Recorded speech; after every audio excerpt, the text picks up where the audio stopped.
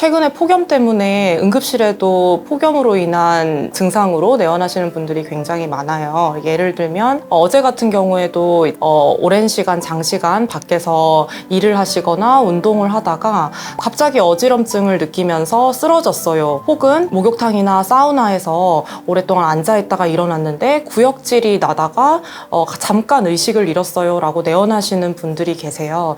이런 분들이 열실신의 이제 대표적인 케이스들인데요. 열실신은 더위에 노출됐을 때 갑자기 자세를 변화시키게 되면, 예를 들면 누워있거나 앉아있다가 갑자기 일어나거나 혹은 오랫동안 서 있는 경우에 짝스럽게 의식을 잃고 쓰러지는 경우를 열실신이라고 하는데요. 열실신의 특징은 의식소실이 그렇게 길지가 않아요. 그래서 10초에서 20초 내외로 잠깐 의식소실이 있었다가 증상이 빠르게 회복이 되는 것을 가장 큰 특징으로 합니다. 뇌라는 기관은 온열 손상이 굉장히 취약합니다. 체온이 오르면은 뇌가 거의 장기 중에 가장 먼저 영향을 받는다고 보시면 되고요. 특히 이제 손해가 특히 또 온열 손상이 취약합니다. 손해 증상이 대표적인 이제 어지럼증이 되고요. 일단은 실신 증상 전에는 당연히 이제 어지럼증 그리고 구역감, 구토감이 제일 먼저 오게 됩니다. 전실신이라 그래서 실신 전 단계에서 느껴지는 어지럼증은 땅이 꺼진다는 느낌이라든지 몸이 좀 가벼워서 붕 뜨는 느낌이다. 이런 증상이 제일 먼저 나타나게 되고요. 그래서 이런 식의 어지럼증이 먼저 생기다가 계속 지속이 되면은 결국에는 이제 실신, 의식을 잃는 겁니다. 보통 이러한 전조 증상과 동시에 실신이 같이 발생을 합니다. 그래서 이런 전조 증상이 있을 때는 자세를 낮추는 게 중요해요.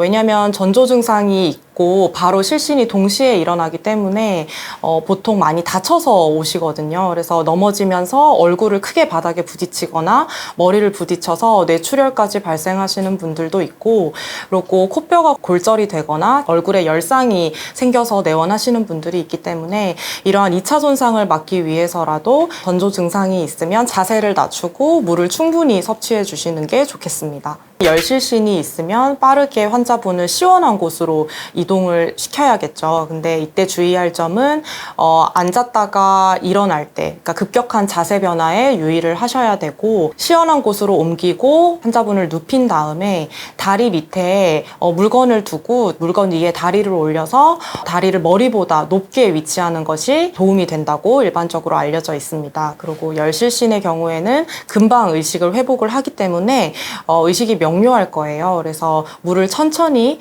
드시게끔 해서 살해에 걸리지 않도록 유의해 주시는 게 좋겠습니다.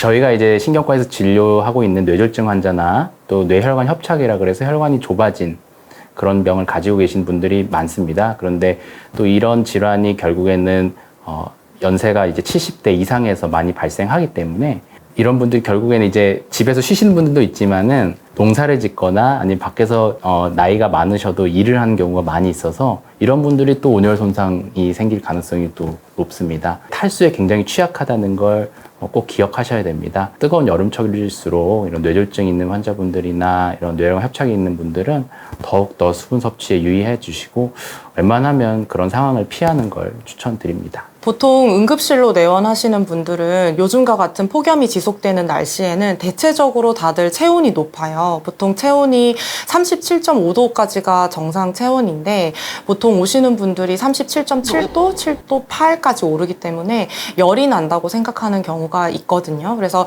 열실신으로 오신 거랑 아니면 이게 진짜 열인지랑 감별하기가 쉽지가 않아요. 근데 60대 이상의 노인분들이 열이 나고 실신을 해서 내원하셨다 하면 열실신의 경우일 수도 있겠지만 가장 흔한 경우는 감염 때문입니다. 감염이나 폐혈증 때문에 실제적으로 진짜 열이 나서 내원하시는 경우가 있고, 감염이나 폐혈증 이외에도 열사병과 같은 중증 응급 질환일 수도 있기 때문에 이것도 항상 인지를 해야 하고, 이거 외에 갑상선 문제나 아니면 심장 질환 때문에도 의식 소실이 발생할 수 있습니다.